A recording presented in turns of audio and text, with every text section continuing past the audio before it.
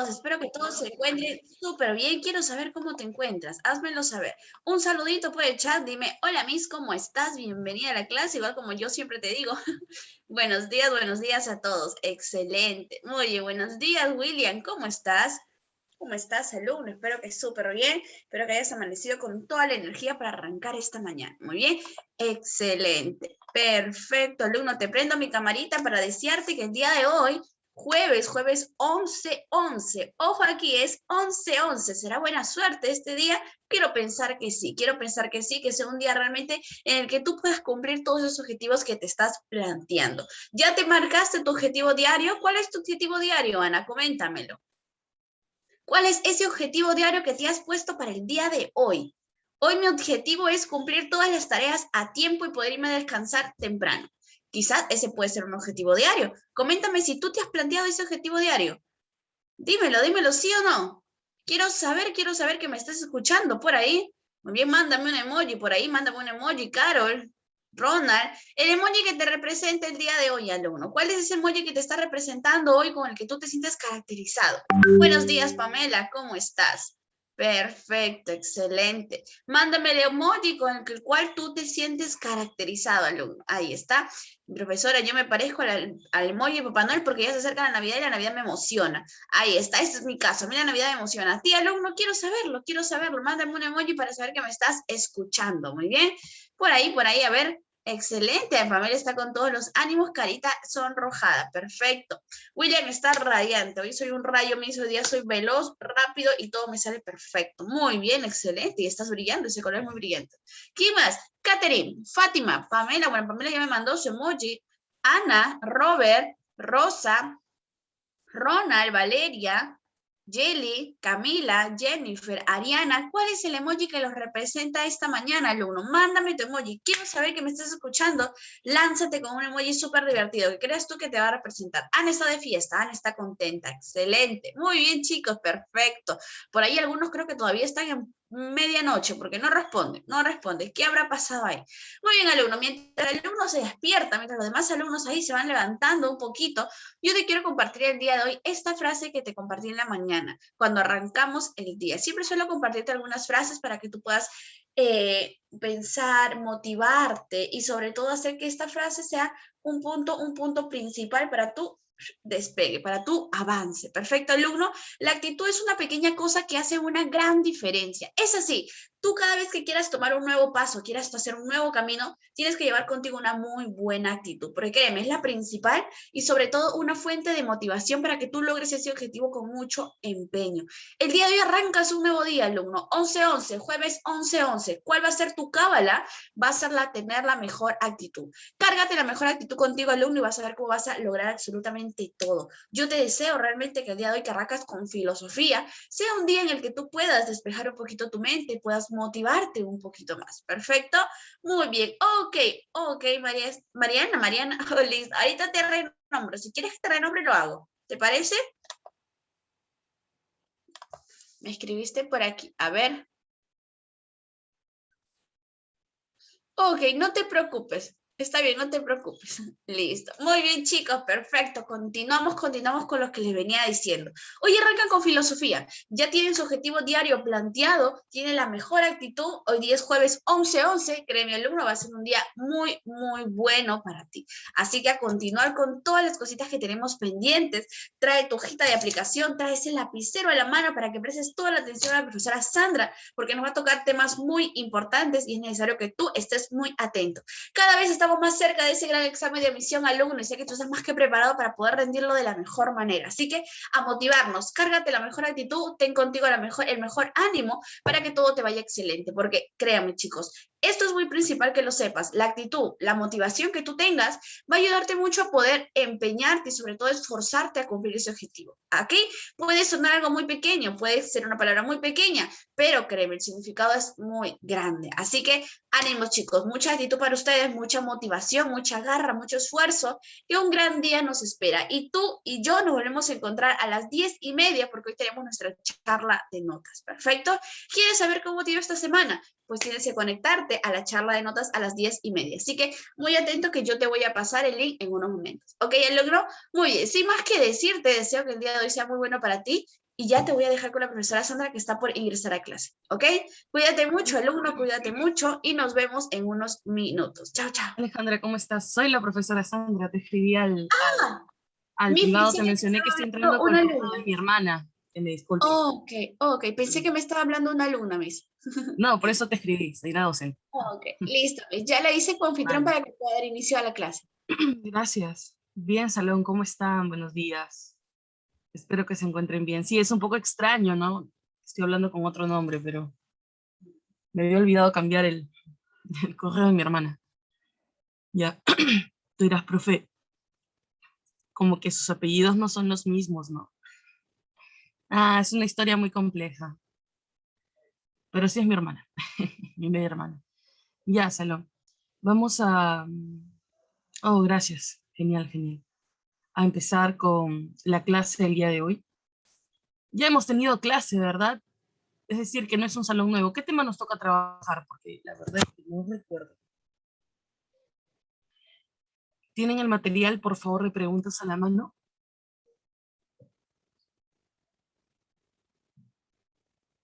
¿Tienen el material de preguntas a la mano?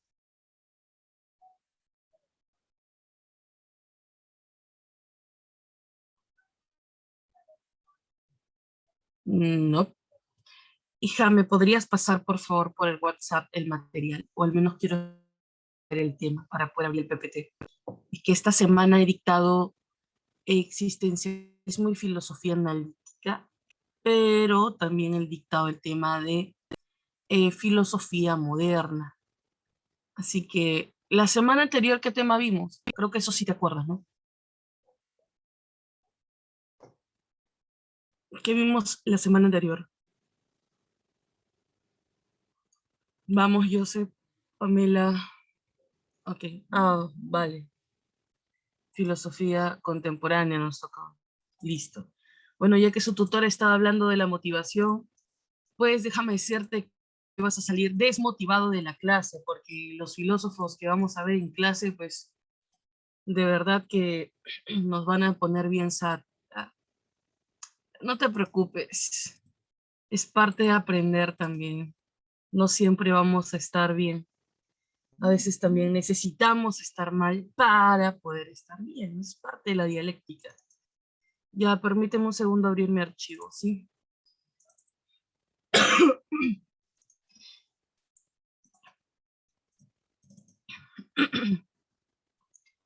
¿Qué tal tu fin de semana? ¿Todo bien?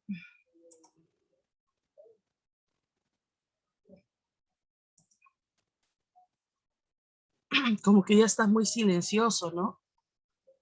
Tienes que hablar, por favor. Sabes que no hago monólogos de clase, no me gusta.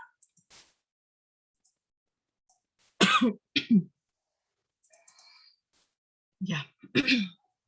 Me hace disculpar que estoy mal de la garganta, pero la verdad es que estoy mal de la garganta desde hace semanas y si tuve pastillas no me curo. Es que ya me resigné. Bien, Salón, la semana anterior entonces, entiendo que vimos filosofía contemporánea 1, yo lo llamo filosofía moderna 2, es lo mismo. Vimos a Hegel, a Nietzsche, a Marx y a Comte, ¿no? Y vimos un poquito de Schopenhauer, creo. Y como todas las semanas que hacemos siempre al iniciar la clase, preguntas de evaluación. ¿Para qué? Para yo poder verificar tu aprendizaje y ver qué tanto estás estudiando en casa. Por lo que vamos con la primera pregunta. Quiero que me digas cuáles son las bases las bases ideológicas del marxismo. ¿Cuáles son las bases ideológicas del marxismo?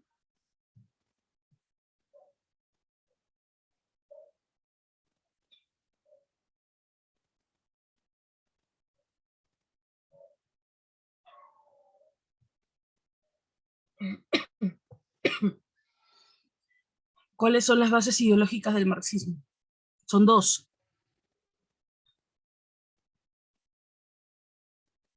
Y ambas tienen que ver con el materialismo.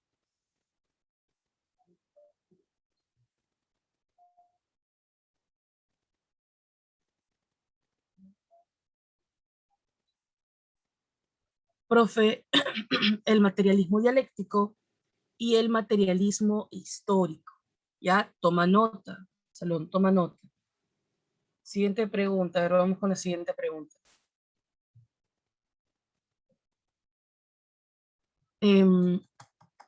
Ya. Para Nietzsche, ¿cuál es la moral y el espíritu característico del superhombre? Para ti, ¿cuál es la moral y el espíritu característico del superhombre?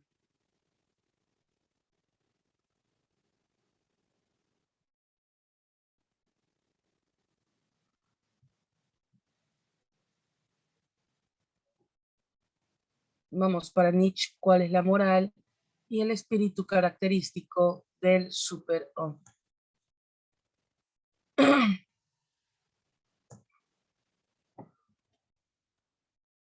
La voluntad de poder, ya es algo que caracteriza al superhombre, pero no es estrictamente el espíritu y la moral.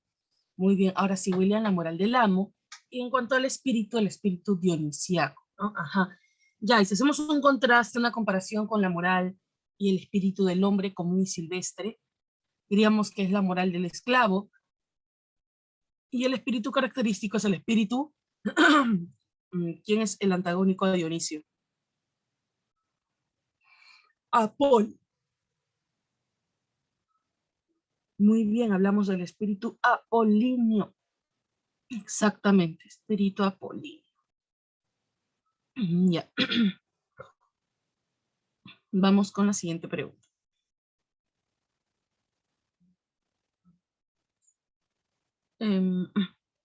La dialéctica hegeliana tiene sus antecedentes en el pensamiento de un autor. ¿Quién es ese autor?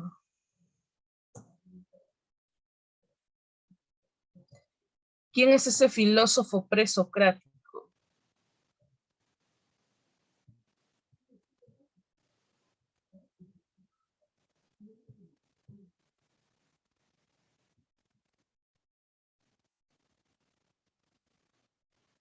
Heráclito. ¿Y el paglogismo, Salón?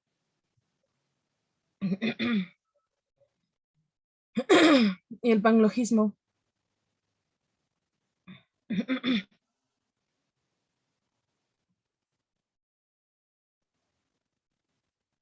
De Parménides, exactamente. Perfecto. En el caso de Augusto Comte, ¿sí? De Augusto Comte, en la jerarquización de las ciencias, ¿cuál es la ciencia base y cuál es la ciencia cima? O la ciencia cuya jerarquía es más alta, ¿no?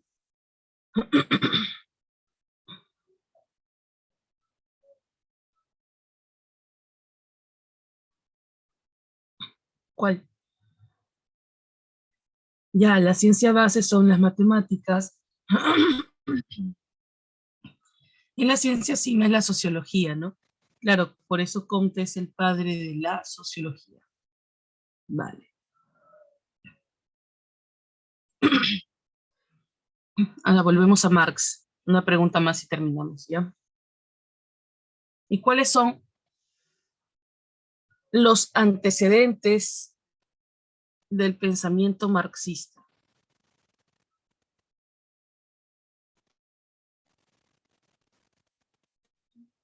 ¿Cuáles son los antecedentes del pensamiento marxista?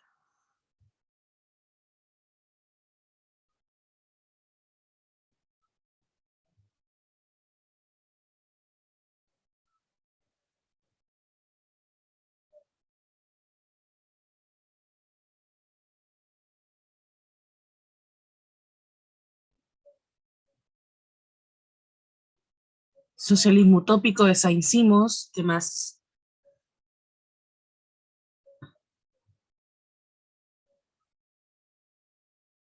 La filosofía clásica alemana de Feuerbach.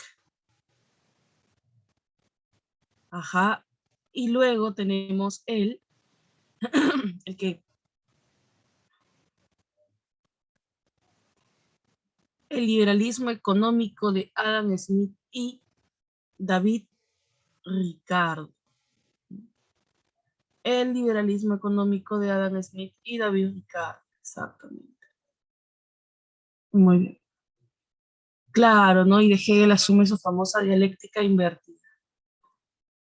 Listo, Salón. Me alegra que hayas podido contestar. Al inicio estabas un poquito frío, pero no aplica para la clase. Aquí tenemos que participar. Bien, hoy nos toca ver qué pasó, por qué esa carita triste. Ha pasado algo malo, ¿verdad? Por eso están así. Algo que me quieran contar para compartir tu dolor por las notas de Leti. Ah, no te acuerdas mucho ese tema. Ah, por eso la carita triste. Bueno, ¿qué hacemos si no nos recordamos? Pues estudiar más. La vieja confiable, no, no hay otra. No hay otra. Bien, vamos a, decíamos, empezar con el tema de esta semana. Vamos a hablar sobre filosofía analítica y existencialismo. ¿Estás preparado para ponerte SATs? Bueno, espero que lo estés porque esa es la manera en cómo nos vamos a poner hoy en clase. Bueno, cuando veamos existencialismo. Salón, filosofía analítica. Aquí tenemos como máximo exponente a Ludwig Wittgenstein, aunque existen otros personajes que constituyen un antecedente al pensamiento de Wittgenstein, como es el caso de Bertrand Russell o Gottlob Frege, ¿ya? Hasta Guillermo de Ockham en el plano ontológico, con su navaja de Ockham, va a plantear los cimientos justamente para el origen de la filosofía analítica como tal. Ahora, el término analítico hace referencia a la palabra análisis, al análisis del lenguaje, ¿no? Y es que el enfoque que le da Wittgenstein a la filosofía es otra. Tradicionalmente la filosofía significaba etimológicamente, ¿no? Profesora, amor a la sabiduría, amor desinteresado por el conocimiento, esta búsqueda incesante de la verdad.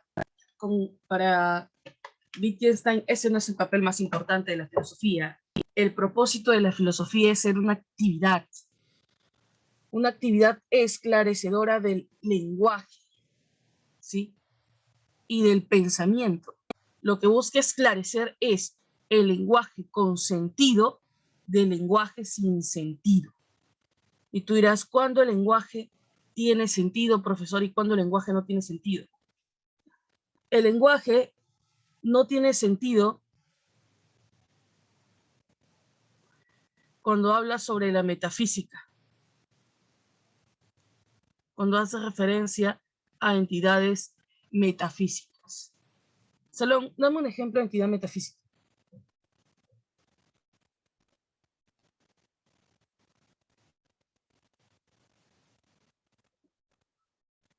Dame un ejemplo de entidad metafísica.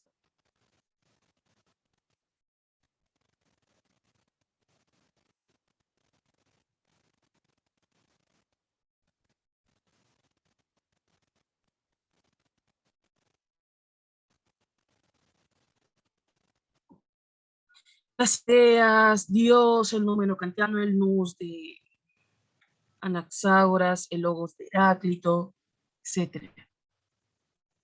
¿Verdad? Ok. ¿Y el lenguaje cuándo tendrá sentido entonces? Lógicamente, cuando denota un ente que existe en la experiencia, o que al menos puede verificarse en ella.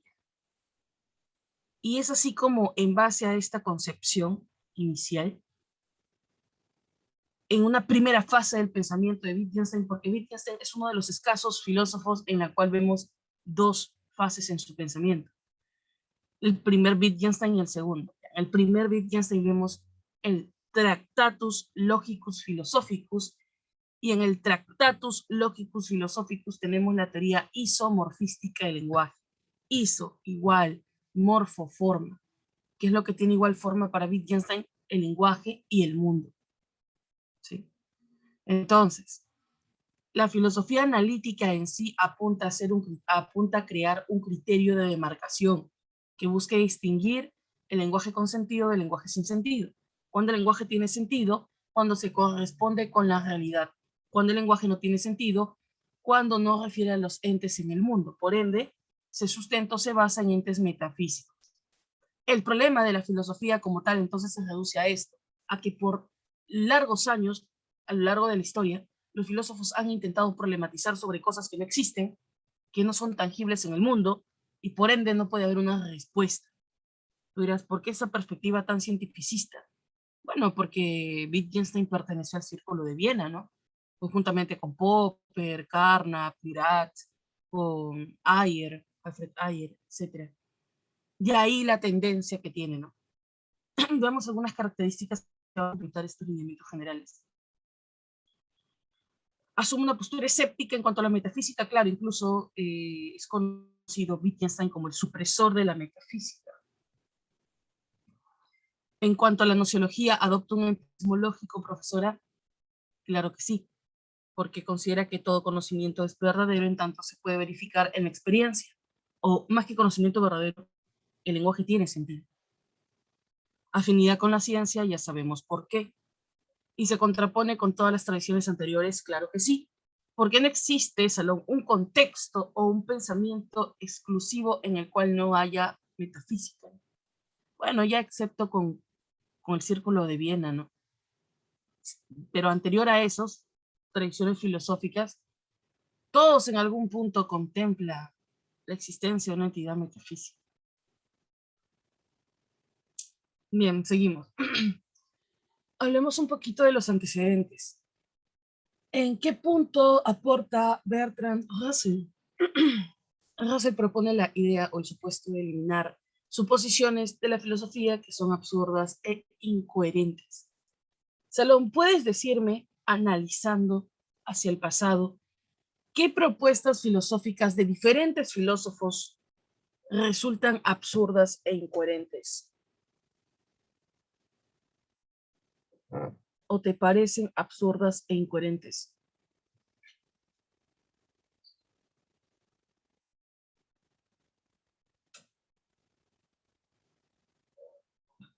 Ya, ¿como cuál? ¿Qué? ¿Como cuál? A ver, ¿qué es lo que decía? Ya, podría ser interesante, William. Podría ser la propuesta de Heráclito, ¿no? ¿Qué nos dice Heráclito? El ser es y no es a la vez. Mi pregunta es, ¿algo puede ser y no ser a la vez, al mismo tiempo y en el mismo sentido?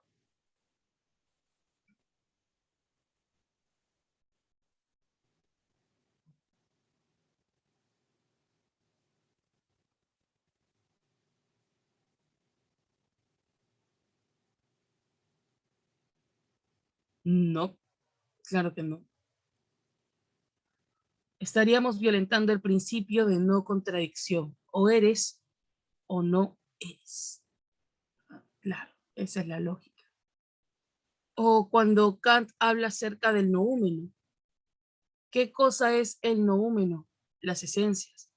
¿Cómo puedo yo referirme a las esencias? Eso no es posible, porque las esencias son incognoscibles. Entonces no puedo intentar definir o aproximarme a comprender algo que no se puede conocer. Claro, sería insensato. Excelente, ¿no? Y así existen muchas y muchas incongruencias que veremos pues a lo largo de los siglos en la filosofía. Todos esos supuestos tienen que culminar, se tienen que eliminar. Vamos con Frege. Bueno, Russell influye en la primera fase del pensamiento de Wittgenstein.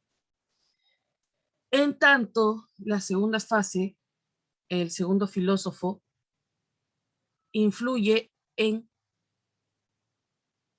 la segunda fase del pensamiento de Wittgenstein, la segunda fase. Su obra más importante es Sentido y Referencia, lo que le da un carácter, como dice aquí claramente, logicista. Sentido y referencia. Salón, la referencia es la misma para todos. Por ejemplo, en estos momentos, la clase es nuestra referencia. Pero el sentido es la interpretación que nosotros le damos a la clase. Por ende, el sentido va a ser diferente para cada uno de nosotros, ya que no siempre las interpretaciones van a ser las mismas. ¿Sí? Las interpretaciones no van a ser las mismas. Y luego tenemos a Ludwig Wittgenstein, ¿no? Como tal, propone relacionar el lenguaje en su correspondencia con los hechos. Hace referencia igual al papel del primer Wittgenstein en el Tractatus. Para que el lenguaje tenga sentido, tiene que tener relación con la realidad, tiene que denotar alguna acción que yo pueda verificar, corroborar en la experiencia. Ahora sí, enfoquémonos en el primer Wittgenstein. Su obra más importante, ¿cuál es? Ya lo mencioné anteriormente, el Tractatus Logicus Philosophicus, en español, el Tratado Lógico Filosófico. Aquí vamos a ver un giro lingüístico. ¿Qué quiere decir un giro lingüístico? Bueno, que lo vamos a enfocar en el papel del lenguaje. Tenemos la teoría isomorfística del lenguaje. Iso, ¿qué significa la palabra iso? Futuro ingeniero.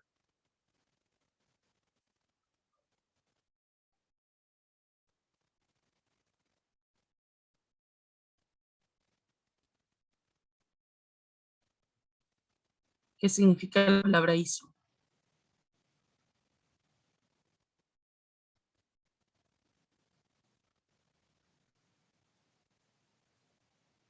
Igual, morfoforma.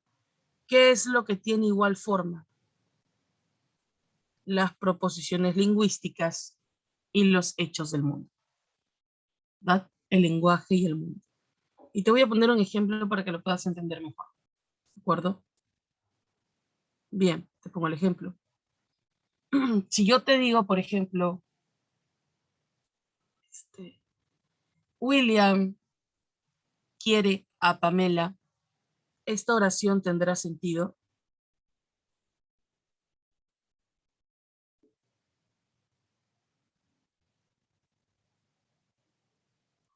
¿Sí o no? ¿Por qué no?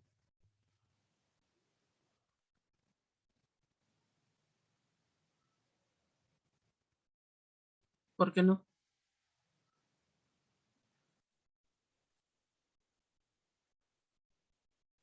¿Para qué la quiere?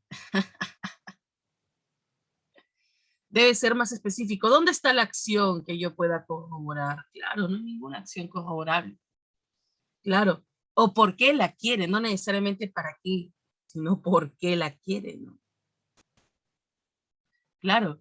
En cambio, si yo digo, William quiere a Pamela y por eso la ayuda con sus trabajos.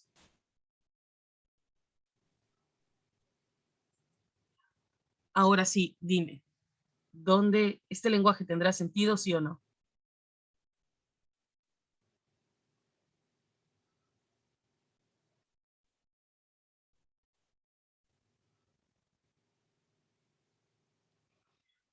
Claro que sí, ajá, por supuesto, porque tenemos la acción, cuidar o ayudar, etcétera, verificable.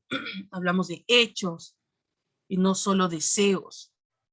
O por último, si expresamos un deseo, tiene que haber una correspondencia de hecho, tangible, ¿ya?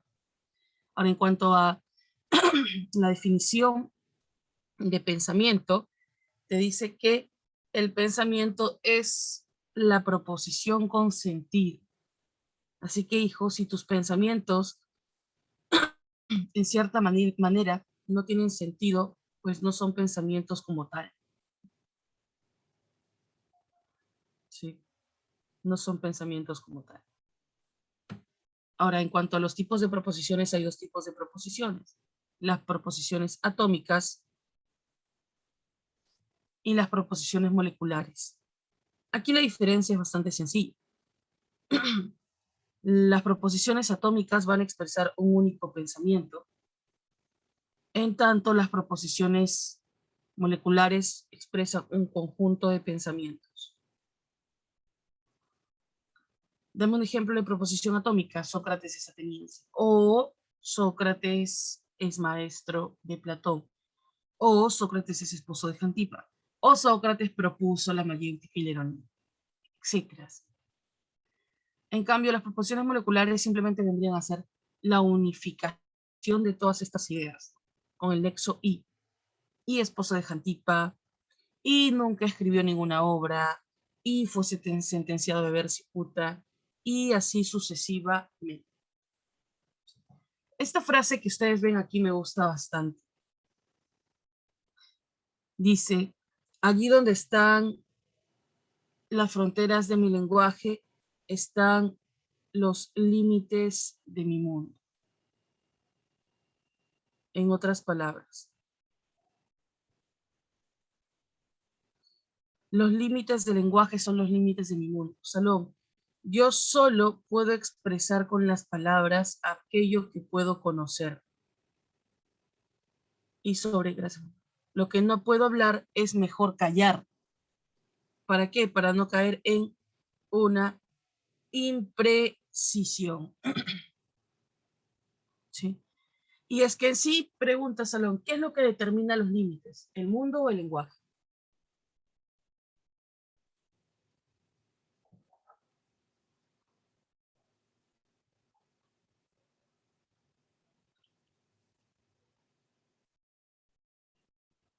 ¿Qué es lo que tiene límites?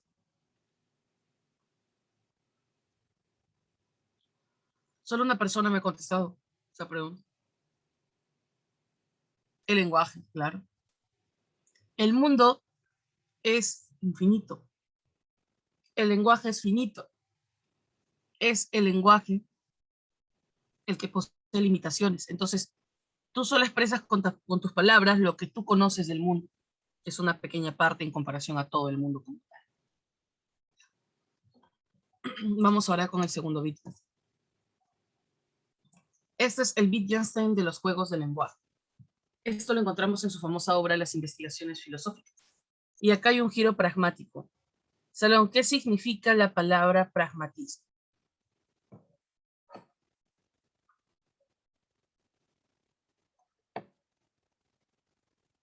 ¿Qué significa la palabra pragmatismo? Pragmatismo.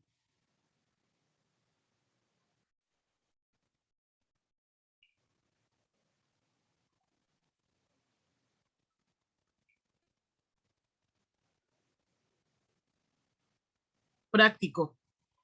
Utilidad, Salón. Utilidad. Por lo tanto, en el plano de la filosofía analítica, lo que busca Wittgenstein es ser mucho más flexible, porque en su primera fase vemos un pensamiento universal único, ¿verdad? Que encaje en la teoría isomorfística. Ya, aquí ya no, aquí el lenguaje puede ser diversificado, contingente. Hasta incluso podrás utilizar palabras metafísicas dentro de ciertos juegos de lenguaje como jergas, etcétera. Pero lo utilizarás solo dentro de tu propio contexto lingüístico, con personas que hablen el mismo lenguaje que tú. Ahí está, vamos a ponerlo así, la excepcionalidad. Él entiende que una proposición es absurda en la medida en que ésta intenta ser usada dentro de un lenguaje al cual no pertenece. Claro que sí. Salón.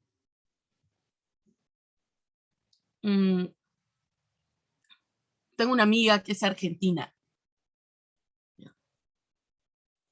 Y una vez me acuerdo que estábamos en el supermercado y estaba haciendo cola. Y nos cruzamos, ¿no? Pero no es que nos cruzamos directamente, sino que yo estaba comprando. Y ella me dice, ¡bu! Te caché. Y yo la volteé y la miré y dije, ¿qué fue? No, me sonó bien fuerte. Y luego la quedé mirando, ¿no? Hola, ¿cómo estás? Y quería que me dé una explicación de por qué me dijo te caché, ¿me entiendes? Y yo en ese momento no sabía cuál era la connotación de esa palabra. Pensé cosas que no debí pensar. Y después le pregunté, ¿no? ¿Qué significa eso? Y me dijo, ah, te encontré. Ah, y después dije, cierto, cierto, me había olvidado. Ahora imagínate que hubiera sido un chico que me decía, te caché. Que hubiera, y estábamos en un supermercado lleno de gente, un poco extraño, ¿no? Ah, sí, definitivamente. Bueno, ese es un problema del juego de lenguaje. No hablamos el mismo lenguaje y por ende no nos vamos a comprender. Por cierto, estoy comiendo mi pan con huevito ya. Por otro lado, también me pasó algo curioso. Una vez se malogró el foco de mi baño y en ese entonces mi pareja pues trajo un electricista. Lo hace pasar y le dice, causa, pasa. Y el chico lo miró extraño. Lo que pasa es que el chico era venezolano. Entonces, yo suponiendo lo que él no sabía qué significaba esta palabra, le expliqué, ¿no? Que causa significa amigo, compañero, colega, tiene una connotación fraternal. Ah, me dijo. Lo que pasa es que en Venezuela, y no sé hasta qué punto es verdad, causa hace referencia a una persona que ha estado presa y que luego ha salido de la cárcel. Prácticamente le estábamos diciendo que era un ex-reo, ¿no? Prontuario. Ajá. Y de ahí la importancia de los famosos juegos del lenguaje, de usarlo con personas que hablen el mismo lenguaje que tú. ¿Qué otros juegos de lenguaje existen aquí en el Perú?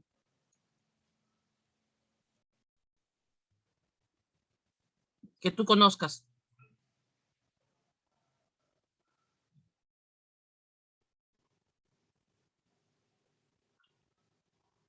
Yo conozco algunos. Profesora,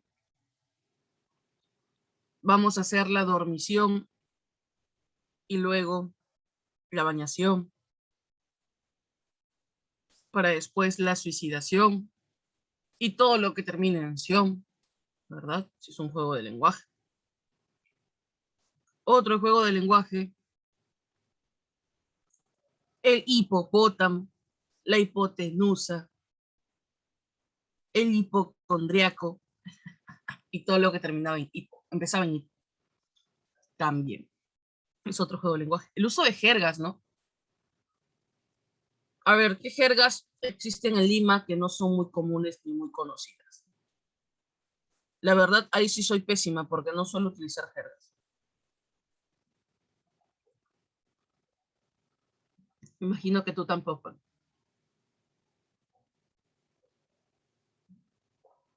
Mano, una vez escuché decirle a un chico a su amigo Broster, pensé que querían comer,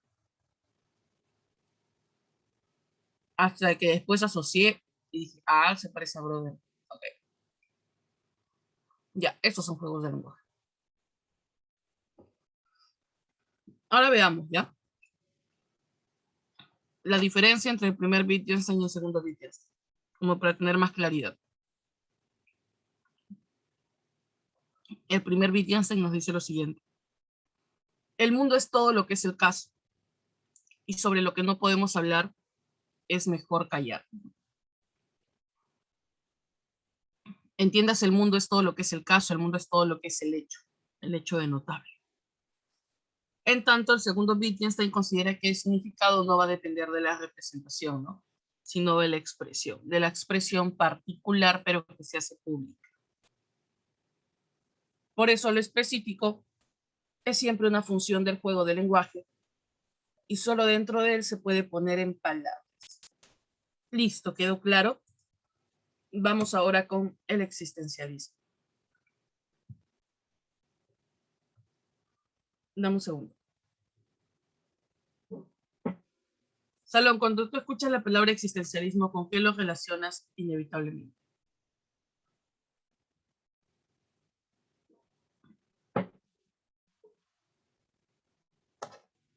Mm.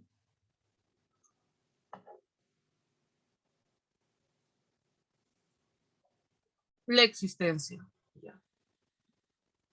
Mi pregunta es, ¿y para ti qué implica existir?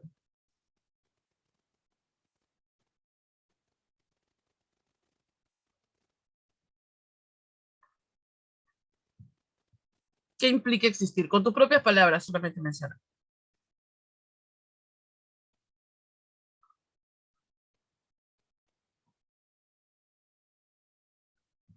Todo lo que puedo conocer.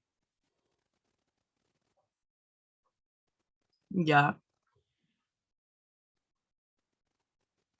No está mal. El existencialismo, Salón, lo que busca es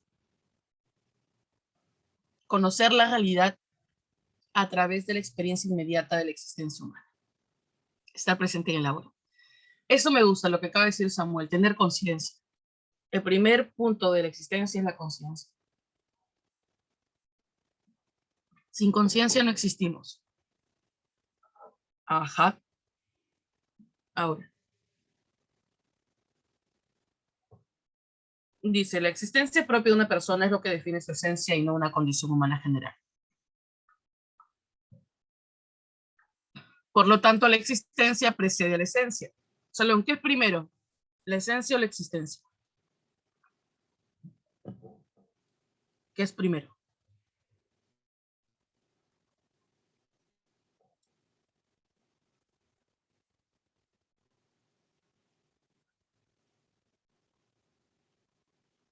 ¿La esencia o la existencia? No, la existencia. Claro, la existencia. Primero existes y luego forjas tu propia esencia. No nacemos con una esencia predeterminada, así que no tienes por qué creer que eres especial por el hecho de existir, porque no es así. E incluso, como tú eres la única persona responsable de tu esencia, todo lo que tú eres ahora es gracias a ti, tanto lo que has logrado alcanzar como lo que aún no has logrado alcanzar. Y eso lo propone claramente Jean-Paul Sartre. El hombre es responsable de sus decisiones, de su vida, de su futuro, de su presente. No vale culpar a nadie por las cosas que no hemos hecho, que hemos hecho. No es excusa decir, es que mi papá era alcohólico y por eso, es que no crecí con mi mamá porque no me quiso y me abandonó y por eso. No. Las circunstancias, Salón, siempre van a existir, de todo tipo, pero justamente ahí entras a tallar tú. ¿Para qué? Para decidir hasta qué grado esto te incapacita o no. Ahora comprendes la gran responsabilidad que tienes en tus manos en cuanto al forjar tu propia esencia. Para el primer paso para construir una esencia, primero es existir. Como dice aquí, el pensamiento hace que la persona sea libre y sin libertad no hay existencia. Salón, ¿tienes libertad de pensamiento? Dime tú, ¿tienes libertad de pensamiento? ¿Estás seguro, hijo? ¿O crees que lo tienes?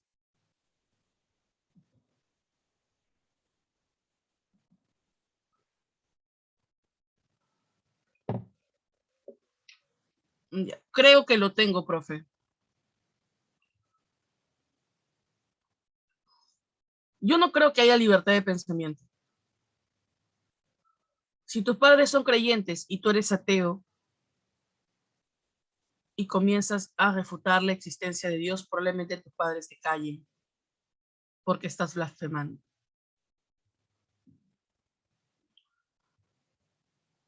Si estás en la clase de historia y tu profesor es un profesor de tendencia de derecha, liberal, y tú te muestras a favor del comunismo o de los partidos de izquierda, pues probablemente el profesor te censure e incluso puede llegar a consecuencias mayores, ¿no? Como cuál, profesora, hasta una denuncia por apología al terrorismo. Mm. ¿Qué pasa si tienes una pareja de tu mismo sexo y vas a un parque y se besan frente a las personas? Lo más seguro es que no haya un vecino que no llame a la policía para que ustedes puedan irse de allí. ¿Por qué? Porque están cometiendo actos contra el pudor público. Uh-huh. Y es que gran parte de nuestra forma de pensar, Salud, es fruto de la imposición. ¿Sí? No nos han enseñado a premeditar, a analizar qué es lo que nosotros creemos. Simplemente damos por supuesto que está bien porque mi papá, mi mamá es así, etcétera, etcétera, etcétera, o porque en general las personas lo son. Qué bueno que es curioso, ¿no? Porque tú dices, hasta ahora, profesora, no me pasa de que me hayan impuesto algo. Casi todo, ¿sí? Todas tus creencias son fruto de la imposición. No solo de ti, estamos hablando de todos los que estamos en este salón de clase. ¿Sí? Son frutos de la imposición. Así que como no tenemos libertad para pensar, pues mucho menos tenemos libertad para tomar decisiones y por lo tanto no hay existencia. De cierta manera siempre vivimos condicionados por el entorno. Hasta el mismo sujeto se sabotea, William. Tú te censuras a ti mismo. ¿Por qué? Por esta necesidad de encajar, de validación social. Vivimos en una sociedad, así que inevitablemente queremos ser parte de esta. Y por eso nos autosometemos, nos autosilenciamos. Mejor cállate, no digas nada. Quiero llorar, no llores, no es en el momento que van a pensar. Quiero reír, no te rías tan fuerte. ¿Sí? Quiero decirle que lo amo. Si leo, me libero. Si lees y lo aplicas, te liberas, porque hay muchas personas que leen y no tienen la más mínima coherencia para ponerlo en práctica, ¿no? Entonces, la única forma de cambiar es la acción. Exacto. Salón, vamos a reflexionar sobre la existencia humana. ¿Qué implica existir? Existir implica tener sueños, tener metas, profesora, expectativas, fracasar, equivocarme, sentir culpa, vergüenza, ¿sí? Querer cambiarlo todo, sentir que no tiene sentido hacer absolutamente nada, sentir placer, ¿sí? Gritar, caer, levantarte de nuevo y seguir luchando y encontrarle sentido a lo que haces. Todo esto implica existir. Lo curioso es que el ser humano es el único sujeto o ser consciente que niega su propia existencia. Se niega a ser un ser humano, detesta su humanidad. Por eso vive limitándose todo el tiempo, intentando encajar. Yo no comprendo por qué tanto miedo al dolor. ¿No te das cuenta que al temerle al dolor ya estás sufriendo? Tengo amistades que cuando yo me pongo a llorar, cosa que es un poco extraño, en verdad, porque no acostumbro a hacer eso, no porque sienta que está mal, sino que difícilmente lloro, pero cuando lo he hecho me dicen, no llores, no me gusta que me digan que no llore, porque es que no quiero verte triste. Ya, pero ahí estás pensando en ti, no estás pensando en mí. O sea, ¿tú crees que lloro porque yo quiero ponerte triste? Yo estoy llorando porque me está doliendo y es normal. Y quiero llorar y necesito llorar y siento que es bueno y necesario más que bueno. ¿Te das cuenta? Mm. Disfruto del dolor, Salón. El dolor no es tan doloroso como tú piensas. Tú piensas. Es el dolor el que le da sentido a la felicidad. ¿Qué pasaría si no existiera el dolor y todo fuera felicidad? Créeme que este concepto de felicidad no se disfrutaría como debería. ¿Sí? Bien. Ahora, la temporalidad del sujeto, su existencia concreta en el mundo, es aquello que constituye el ser en una supuesta esencia. Lo que te mencionaba, ¿no? No debemos suponer o entender al hombre como una esencia abstracta, sino como una entidad concreta. El hombre existe en el mundo, es un ser arrojado al mundo, pero todavía no quiero llegar a esa parte, lo veremos más adelante. Partamos del padre del existencialismo. ¿Quién es el padre del existencialismo? Soren Kierkegaard. Salón, ¿no crees que Kierkegaard está guapo? No sé, yo veo la imagen ahí en el PPT y digo, me gusta lo que veo. Lástima, ¿no? Que ya murió. Chale. Bueno, hay algo que sí comparto con Kierkegaard y es esta descripción que vemos aquí. La existencia humana está llena de una sensación general de ansiedad, pecado y desesperanza. Salón, ¿suscribes o no suscribes? ¿Estás de acuerdo o no estás de acuerdo? ¿Mm? Que existir implica una sensación de ansiedad, pecado y desesperanza.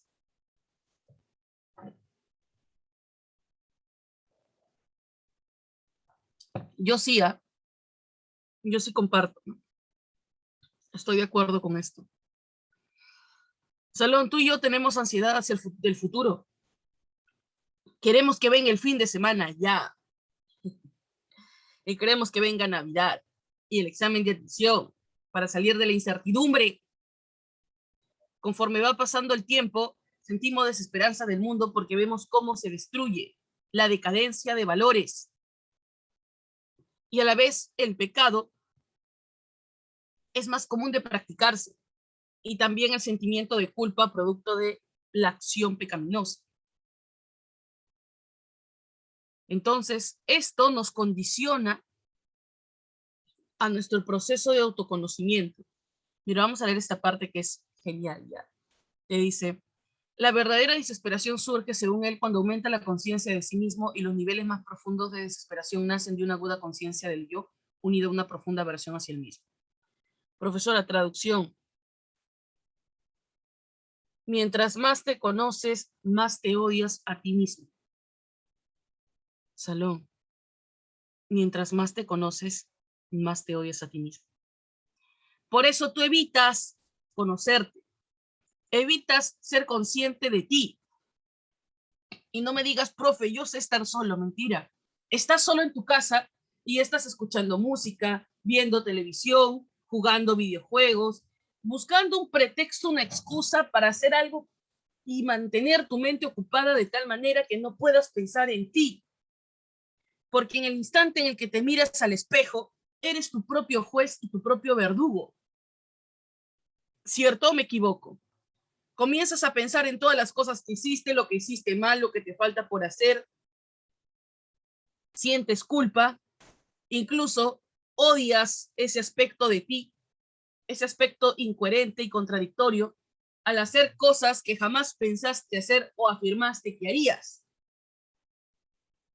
Y tienes que callar y silenciarte ¿para qué? Para que las personas no cambien la perspectiva que tienen de ti. Es como saber que fuimos autores de un crimen y saberlo y permanecer en silencio y tener que fingir una careta de inocencia cuando sabemos que somos culpables de. Tarde o temprano estas ideas nos sobrepasan. Por eso es que te odias a ti mismo. ¿Sí?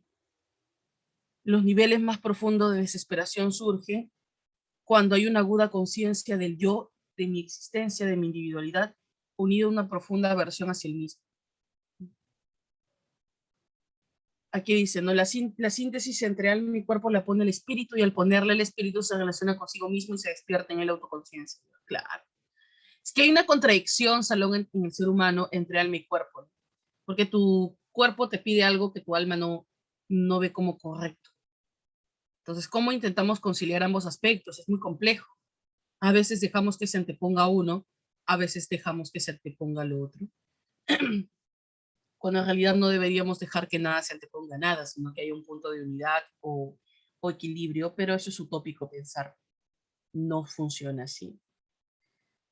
Kierkegaard tiene esta frase muy interesante. Él dice, arriesgarse es perder momentáneamente el equilibrio, pero no arriesgarse es perderse uno mismo. Hace referencia a vivir a la privación, a querer vivir con un velo de la ignorancia de nuestra propia identidad. Hay personas que optan por no conocerse nunca y viven por inercia, hacen lo que se supone que tienen que hacer, pero nunca reflexionan sobre sí mismos, no ejecutan un proceso de introspección o reflexión. Pero tienes que hacerlo, profesora, pero eso puede generar inestabilidad en mí, pero es necesario. No va a ser eterna esta inestabilidad. Vas a comenzar a encontrarle sentido a las cosas y volver a tu estado de equilibrio y paz, calma, si es que eso es posible también. Vamos ahora con Heidegger. Un segundo.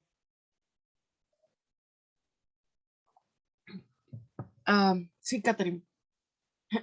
El abandono del yo real refiere a, al sujeto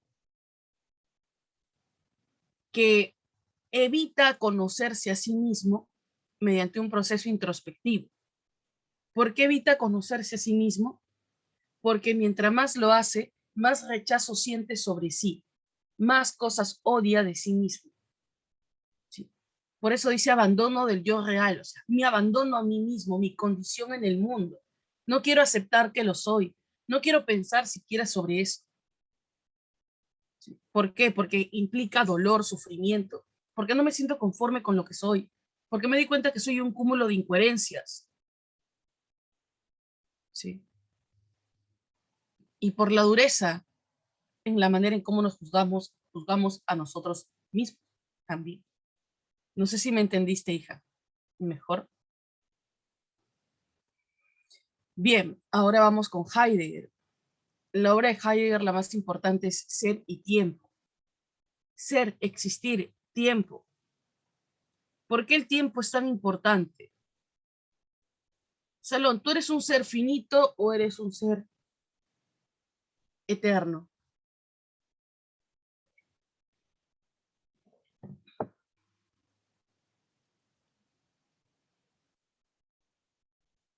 Ya. Eres un ser finito, profesora, tengo fecha de caducidad, en algún momento me voy a morir. Ok. No sabes cuándo, dónde, cómo, con quién y por qué, pero de que te vas a morir, te vas a morir.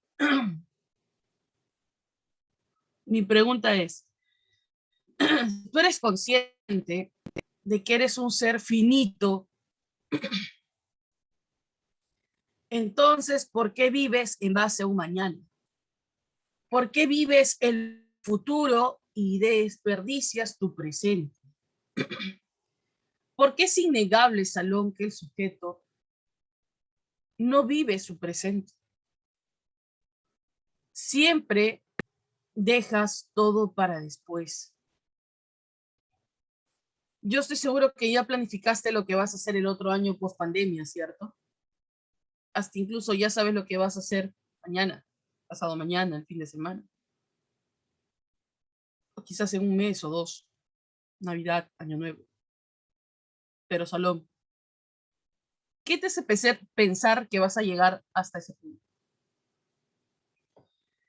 ¿Y qué tal si sales caminando a la calle a comprar tu galletita en la tienda de tu casa y un carro se descarrila y te atropella? Mueres instantáneamente. Eso le puede pasar a cualquiera y le ha pasado a muchas personas que jamás imaginaron morir así. Mi pregunta es, si fueses consciente de tu muerte y pudieses mirar hacia el pasado en retrospectiva, ¿podrías afirmar que viviste para ti? ¿Que tuviste una existencia auténtica? ¿Que fuiste feliz? ¿Que hiciste lo que quisiste? ¿O dirás que viviste para encajar? ¿Que hiciste lo que el común denominador de las personas haría a tu edad? Dime, contesta. si tuvieras 24 horas de vida, ¿qué cosa no harías? Uy, profesora, uy, usted no se imagina qué no haría. Harías muchas cosas, ¿verdad? ¿Y qué te impide hacerlas ahora? No entiendo. ¿Qué te impide? Tú te impides, tú te limitas a ti mismo.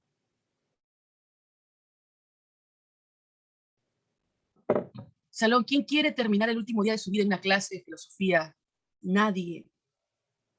Ana, excepto yo. No, no, ni siquiera yo, en realidad.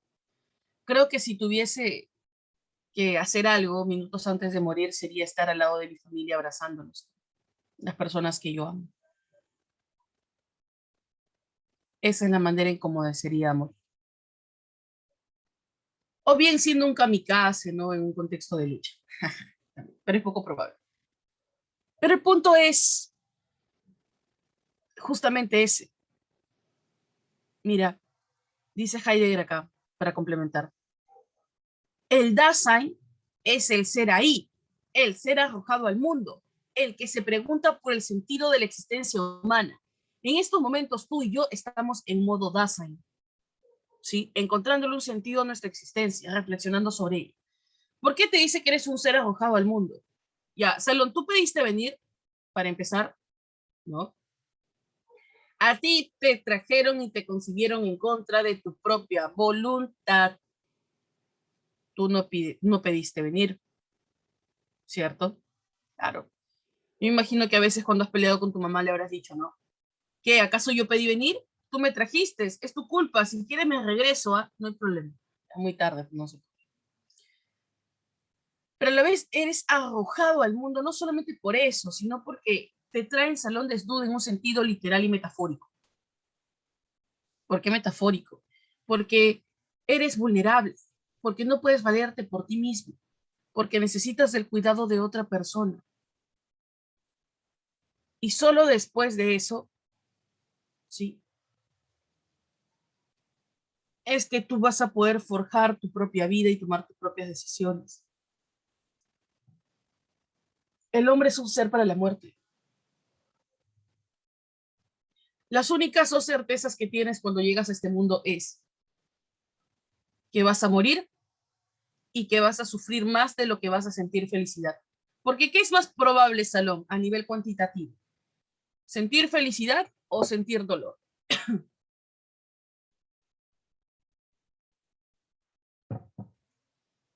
Sentir dolor.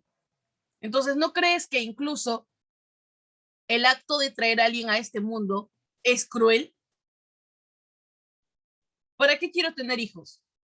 ¿Para traerlos a morir? Porque te traen para que mueras. Bueno, que vas a morir, quieras o no, es parte de la vida. Y que te traiga el sufrimiento, con quizás la oportunidad de que puedas ser feliz.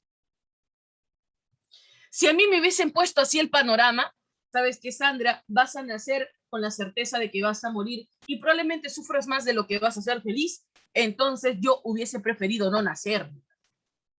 No. Es mi caso, no sé cómo será el tuyo, ya esa pregunta te la dejo para ti. Ya, pero ¿qué pasaría si no existiese muerte? Si fuéramos eternos, ¿te imaginas, Salón? Todos los días haciendo lo mismo hasta el fin de la eternidad.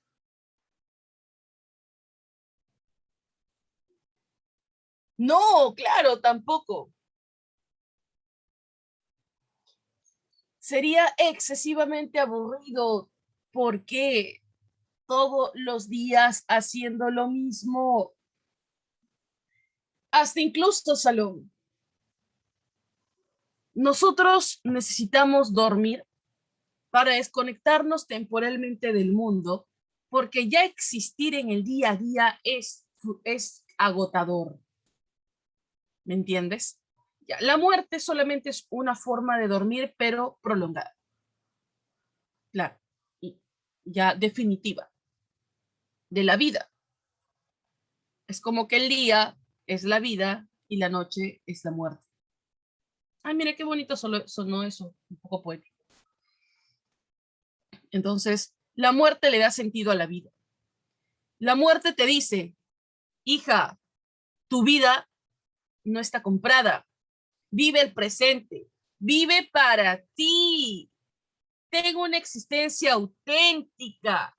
No hagas lo que las personas esperan que tú hagas a esta edad, porque el mundo espera tanto, Salón, y tiene tan altas expectativas, ¿sí? Mis padres esperan que sea la hija perfecta, que solamente trabaja y estudia y se dedica a ser mamá, como si yo no fuese mujer y no tuviese deseos, como si yo no quisiera divertirme de vez en cuando porque también asumo mis responsabilidades, pero no. Que si voy al cine está mal, porque debería aprovechar ese tiempo. Que si, por ejemplo, decido comerme una hamburguesa, pero es que no estás haciendo dieta, eso es algo que no puedes comer. Entonces, todo el tiempo vivimos así, ¿sí? Sintiéndonos culpables por las cosas que hacemos. Prefiriendo mil veces, ¿no? Hacer lo que ellos esperan que hagamos para sentir aceptación, aunque nosotros sintamos inconformidad dentro de nosotros mismos. Salón. Por eso Heidegger dice, ¿no? Él afirma que para interrogarse sobre el carácter del ser es necesario un suelo, un borde, y se requiere apropiarse de un pasado, el pasado en donde es posible encontrar las raíces auténticas de nuestra existencia. Salón, dos datos, pasado y raíces auténticas. ¿A qué se está refiriendo Heidegger con esto? Dime.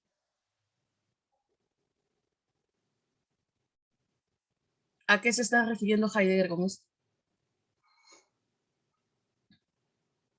De todas las etapas del desarrollo humano, ¿cuál es la etapa de mayor autenticidad?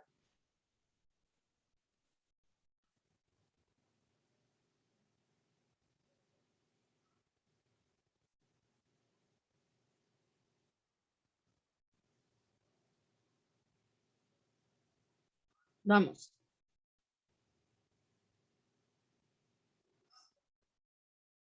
La niñez, claro, por supuesto, la niñez. Hijo, cuando somos niños, qué hermoso es la niñez, ¿no? Ignorábamos tantas cosas que hoy nos causan dolor. No teníamos preocupaciones, no teníamos expectativas, no teníamos metas, no nos importaba nada excepto nosotros mismos. Las pequeñas cosas tenían valor.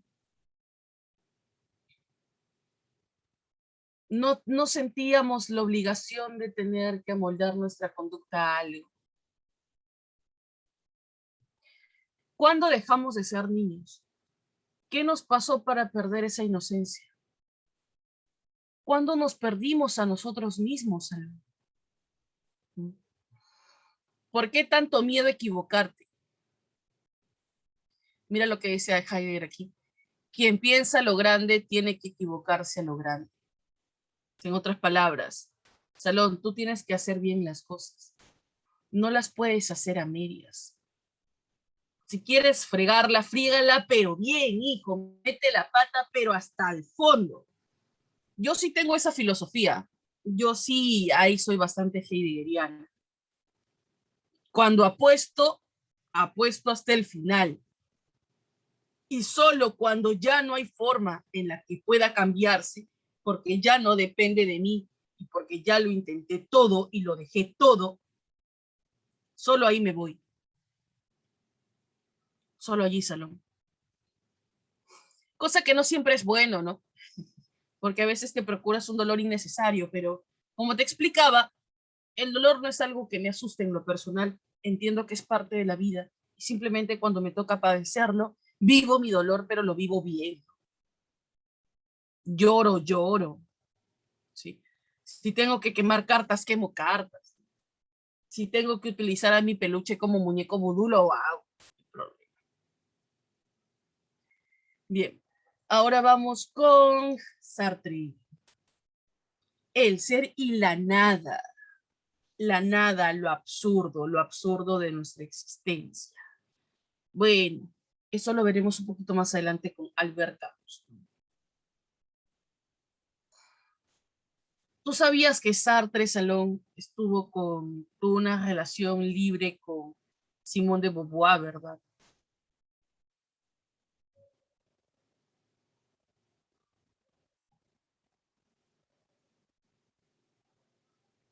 Vamos.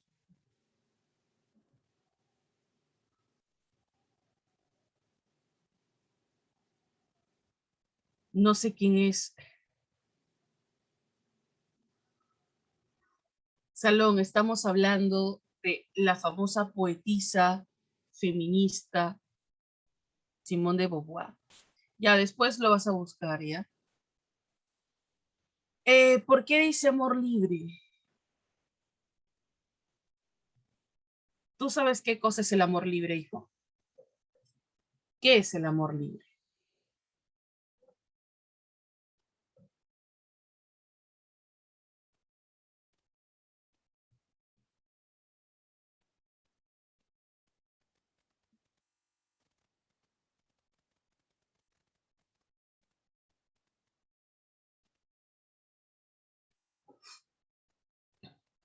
Vamos, nada.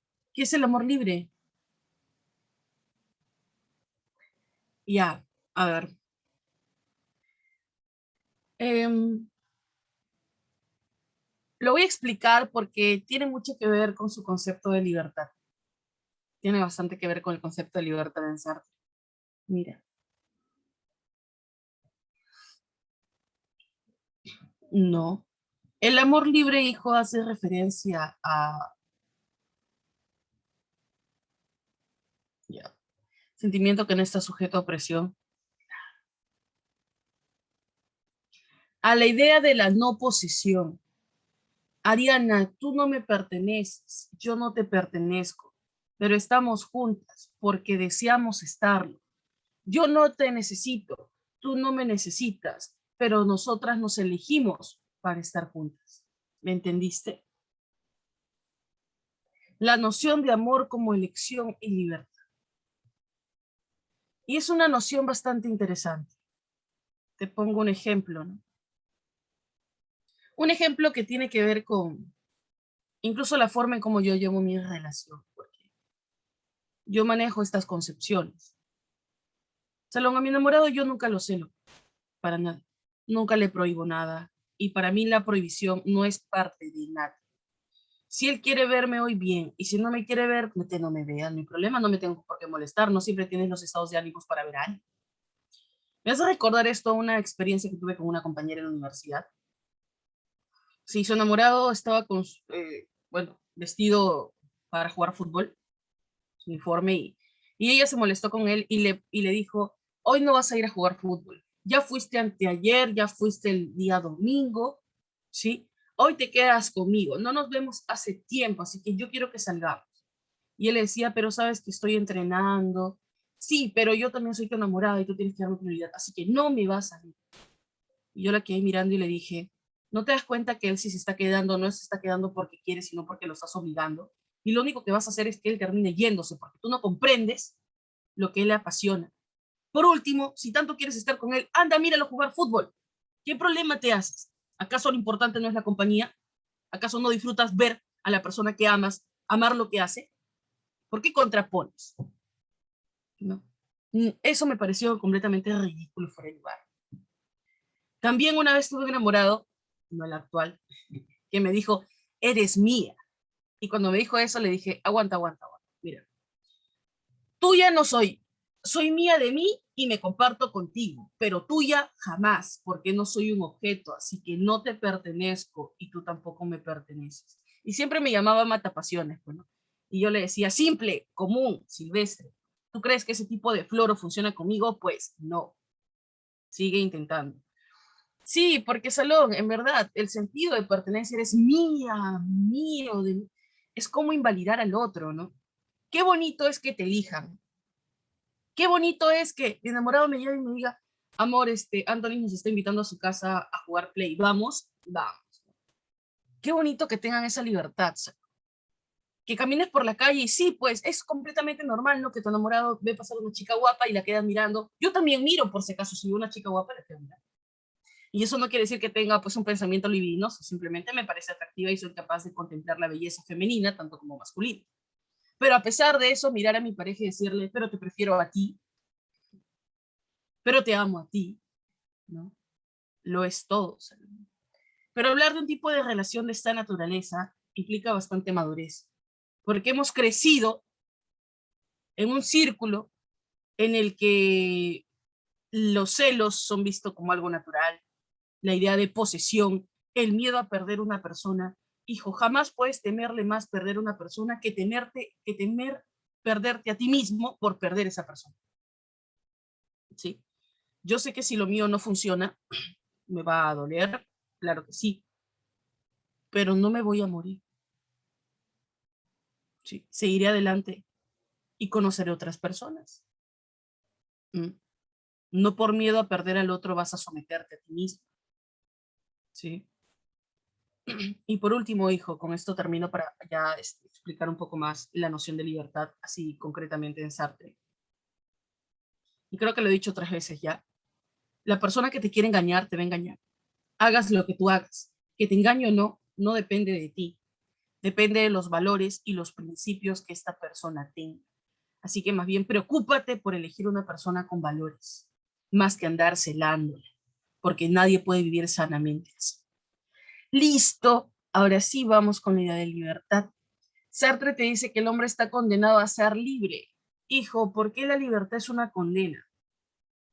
Si al contrario, quiero creer que tú a tu edad quieres ser libre para irte de fiesta sin pedir permiso, profe, ¿cierto? Para irte a mochilear por el mundo, para tomar tus propias decisiones. ¿Por qué es tan malo ser libre?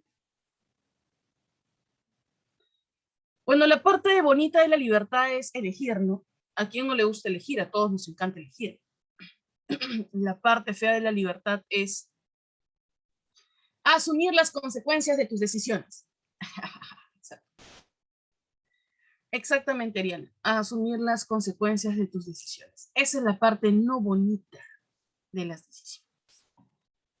Y te lo digo yo porque a mis 26 años, pues tengo responsabilidades de una persona de 40. Hace aproximadamente un mes y medio atrás, una amiga mía me invitó de viaje. Me dijo, vámonos de viaje. Y yo le dije, pero la verdad es que no creo que pueda porque no tengo o dispongo de dinero para el viaje. Me dijo, no te preocupes, Sandra, yo te lo voy a pagar todo. Solo quiero que me acompañes. Me pareció una propuesta tentadora. ¿Quién no quiere viajar gratis y con una persona a la que adoras y ves como tu hermana? Pues fue muy bonito, muy tentador, pero tuve que pensar así. Si yo me voy de viaje una semana, tengo que dejar de trabajar. Si dejo de trabajar, tengo que pedir permiso y puede que no me lo den. Segundo, si pido permiso esa semana que no trabajo, no me pagan. Y si no me pagan, mi sueldo a fin de mes no va a ser el mismo. Y si no es el mismo, ¿cómo voy a pagar las cuentas permanentes que tengo? Que son las mismas todos los meses. No voy a poder. Ok. Si viajo esta semana, voy a estar lejos de mi casa y por ende no voy a poder ayudar con las tareas propias del hogar. Aparte que no voy a poder ver a mi pequeña, ¿por qué? Porque voy a tener que viajar. Y segundo, cuando regrese del viaje voy a venir mucho más estresada. ¿Por qué? Porque me voy a tener que enfrentar con el problema de tener que juntar dinero para compensar lo del viaje, ¿sí? Tratar de ordenarme más para pasar más tiempo con mi pequeña, tiempo que no pasé porque me fui de viaje esa semana. Todo eso me llevó a la conclusión de que no era prudente que yo viajara. Así que opté por no viajar y le dije, en serio, muchísimas gracias por tu propuesta, pero creo que en esta oportunidad no se va a poder. Salón, ¿tú comprendes lo difícil que es pensar así? Eso es ser libre, hijo. Ahora entiendes por qué es una condena, ¿no? Porque duele, porque tú piensas que al ser libre puedes hacer lo que tú quieras, no, puedes hacer lo que tus condiciones te permiten hacer. Porque si no te atan tus padres, te ata tu pobreza, te atan tus responsabilidades, tu nivel de conciencia. Ajá. Así que ser libre no es tan bonito, pues. No es tan bonito. Fuera del hecho de que tú estás obligado a elegir todo el tiempo. Profe, ¿qué pasa si no quiero elegir? Pues ya estás eligiendo. ¿Qué estoy eligiendo? No elegir. Ah, ¿verdad? Hasta el no elegir salón es también una elección. Y lo peor de todo es que no solo traen consecuencias las cosas que hacemos, también tienen consecuencias las cosas que no hacemos, que es lo peor de todo. Porque a veces tú dices, prefiero no hacer nada, profe, así no salgo lastimado, pero el no hacer nada también te puede lastimar en algún punto. ¿Cómo así, profesora? Y imagínate que la clase te llegó, te aburriste y dijiste, nah, me voy a dormir un rato, estoy cansado, no he dormido bien en la noche. Ya. Entonces te dormiste. 2 horas de clase. Estas 2 horas de clase salón se traducen en dinero. Dinero que tus papás pagaron para que estés aquí. Y ese dinero se traduce en tiempo. Tiempo que tu papá empleó para conseguir este dinero. ¿Cierto? Tiempo que tu papá pudo haber ido a un hospital a atenderse de una dolencia y detectar una enfermedad a tiempo. Tiempo que tu papá pudo haber empleado para comer tranquilamente, para poder dormir también un poco más o quizás desestresarte un poco más, pero no pudo. ¿Por qué? Porque eligió trabajar. ¿Trabajar para qué? Para ganar dinero. ¿Ganar dinero para qué? Para poder pagar la academia. ¿Para qué? Para que tú estudies. ¿Mm? Para que tú estudies. Y tú pensando en, nah, voy a dormir porque tengo sueño. Entonces, hijo, nuestras decisiones, quieras o no, siempre traen efectos colaterales, directos o indirectos. Y vivir todo el tiempo pensando de la manera en cómo he racionalizado el ejemplo, ya hace que la existencia sea dura. Dime un segundo, por favor, quiero estornudar.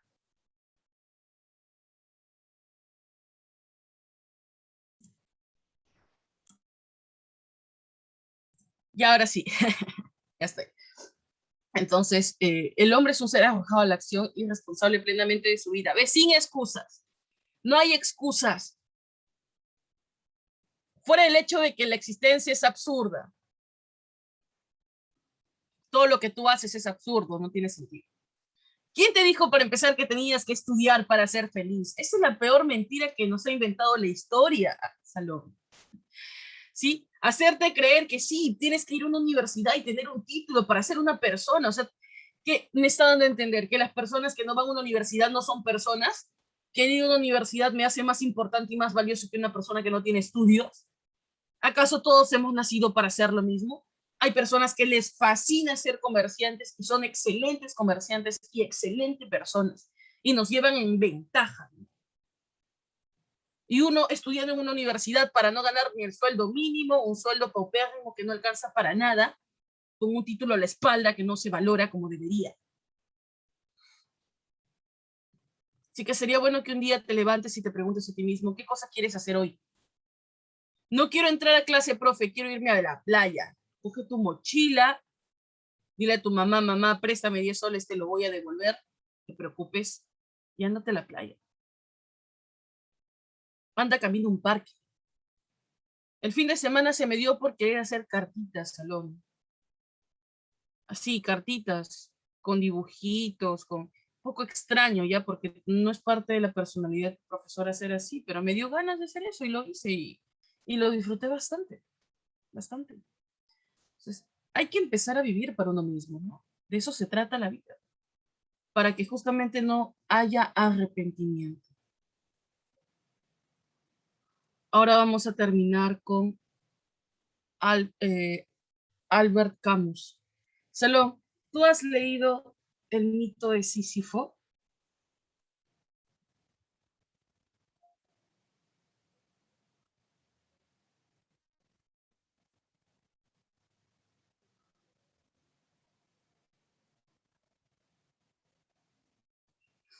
¿Sí o no?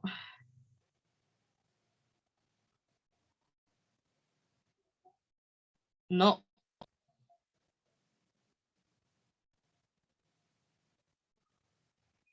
Ya.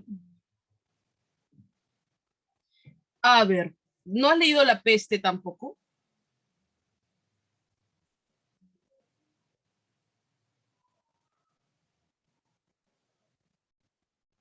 ¿Tampoco has leído La Peste? Dios, Salón, ¿en qué mundo vives? Por favor, son obras filosóficas, literarias necesarias. Sí, necesarias. Bueno, ya te estoy sugiriendo algunos libros que puedes leer. El mito de Sísifo es chiquitito, ¿ah? Es chiquitito. No sé, creo que tiene 20 páginas nada más. Mira, eh, Sísifo fue condenado por los dioses a levantar una piedra enorme hacia la cima de una montaña, ¿sí?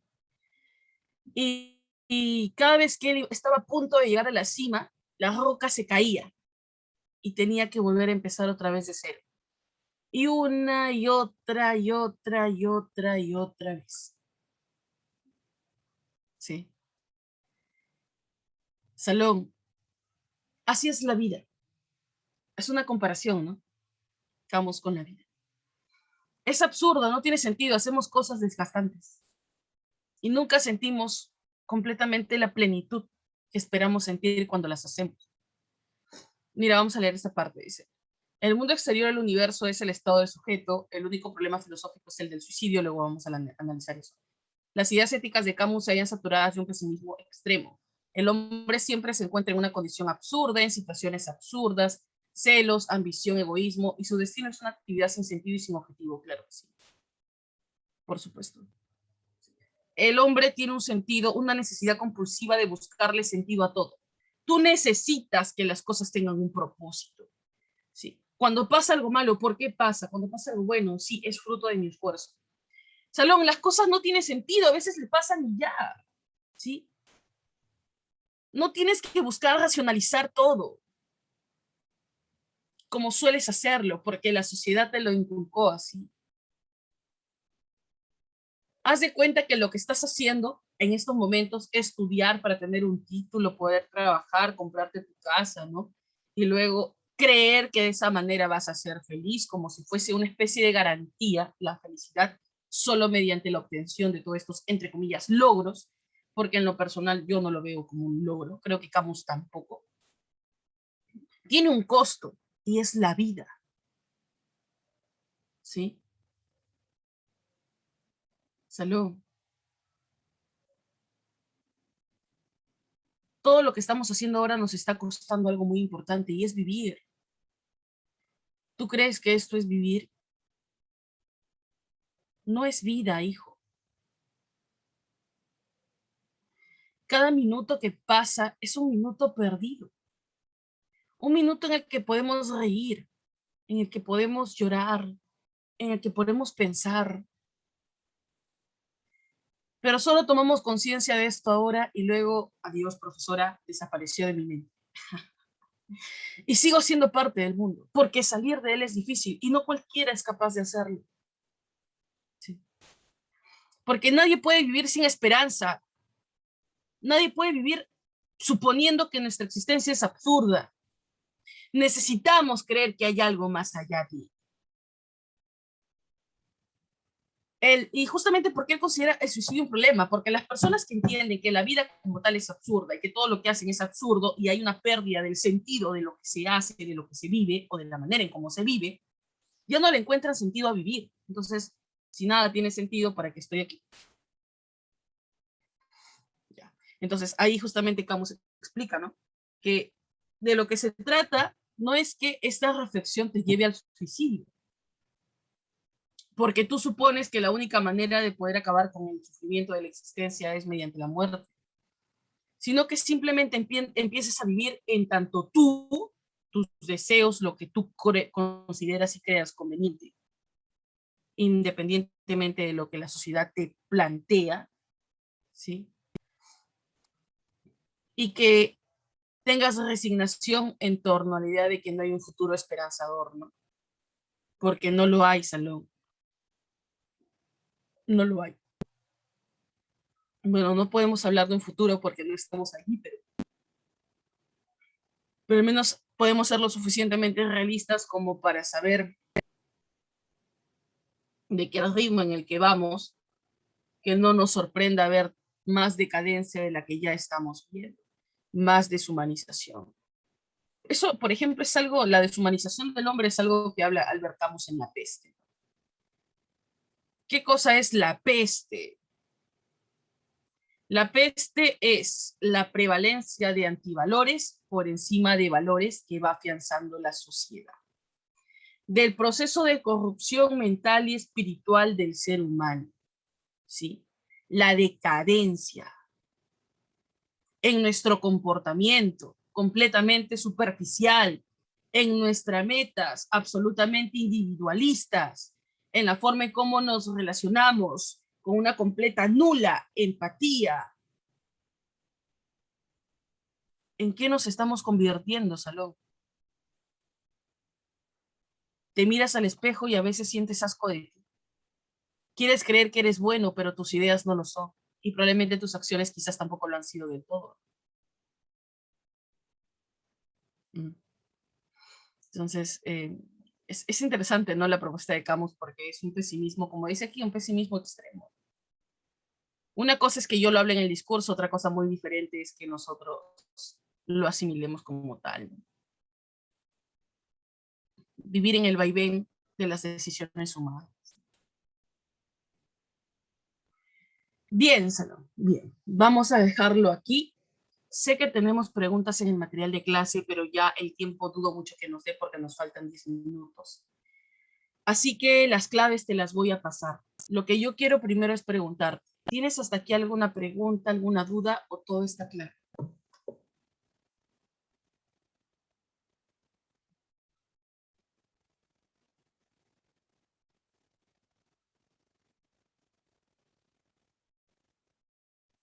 Dime.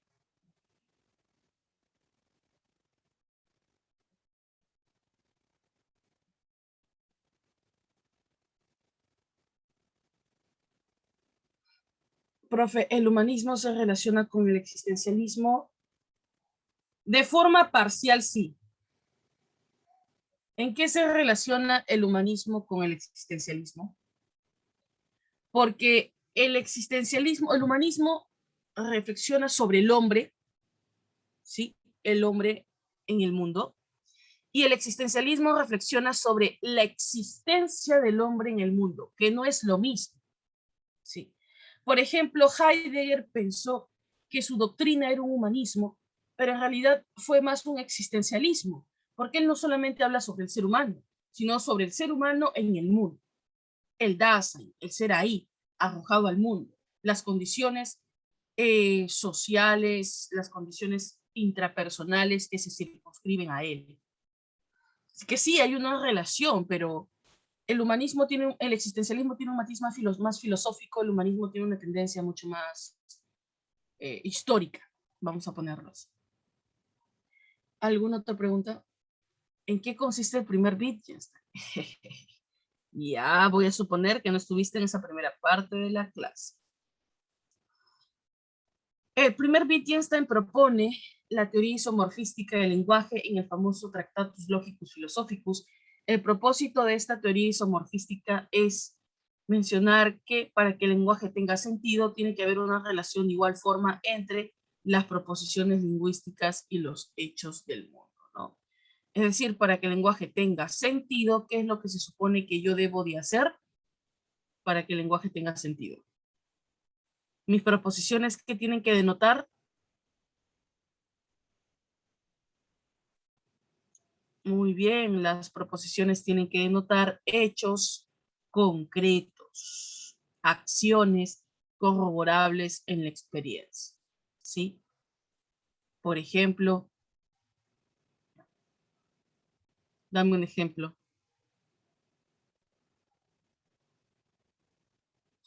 Alejandro estudia mañana, tarde y noche, ¿sí? Junto a Sara. ¿Cuál es la acción ahí? Estudiar, ¿sí? Diego ama a Sandra y por eso pasa a su lado cada minuto del tiempo que tiene disponible. ¿Cuál es la acción? Compañía, ¿no? Pasar a su lado todo el tiempo que tiene disponible. Ya, esa es justamente Eso es lo que propone el tratado. Disculpen solo un segundo, por favor.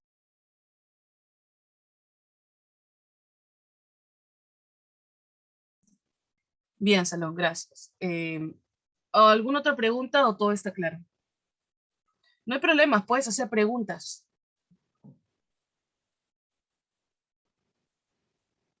No. Ok, bueno, entonces, Salón, si no hay más preguntas, si está todo claro, ¿vale? Nos estamos viendo la próxima semana. Ya, te voy a pasar en estos minutos con la tutora las claves del material de la clase para que las puedas ver. No, no, te las voy a pasar ahorita porque ya las tengo. Ya las tengo, no te preocupes, ya las tengo. Más bien, algo más que quería adicionarte a esto es, antes que me olvide. Ah, que si hay alguna pregunta de tarea que no lo sepas, porque la verdad es que a mí no me dan las preguntas de tarea, también me la puedes mandar con la tutora. ¿De acuerdo? Bien. Listo, mis amores. Entonces nos estaríamos viendo la próxima semana. Cuídate mucho. Un fuerte abrazo.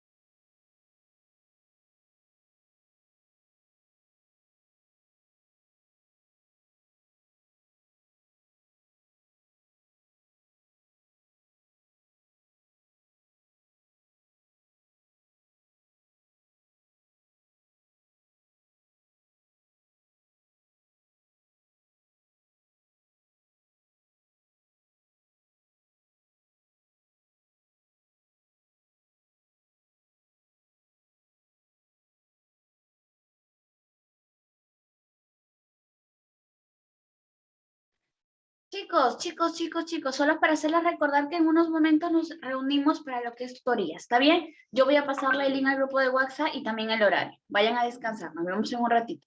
Chao, chao.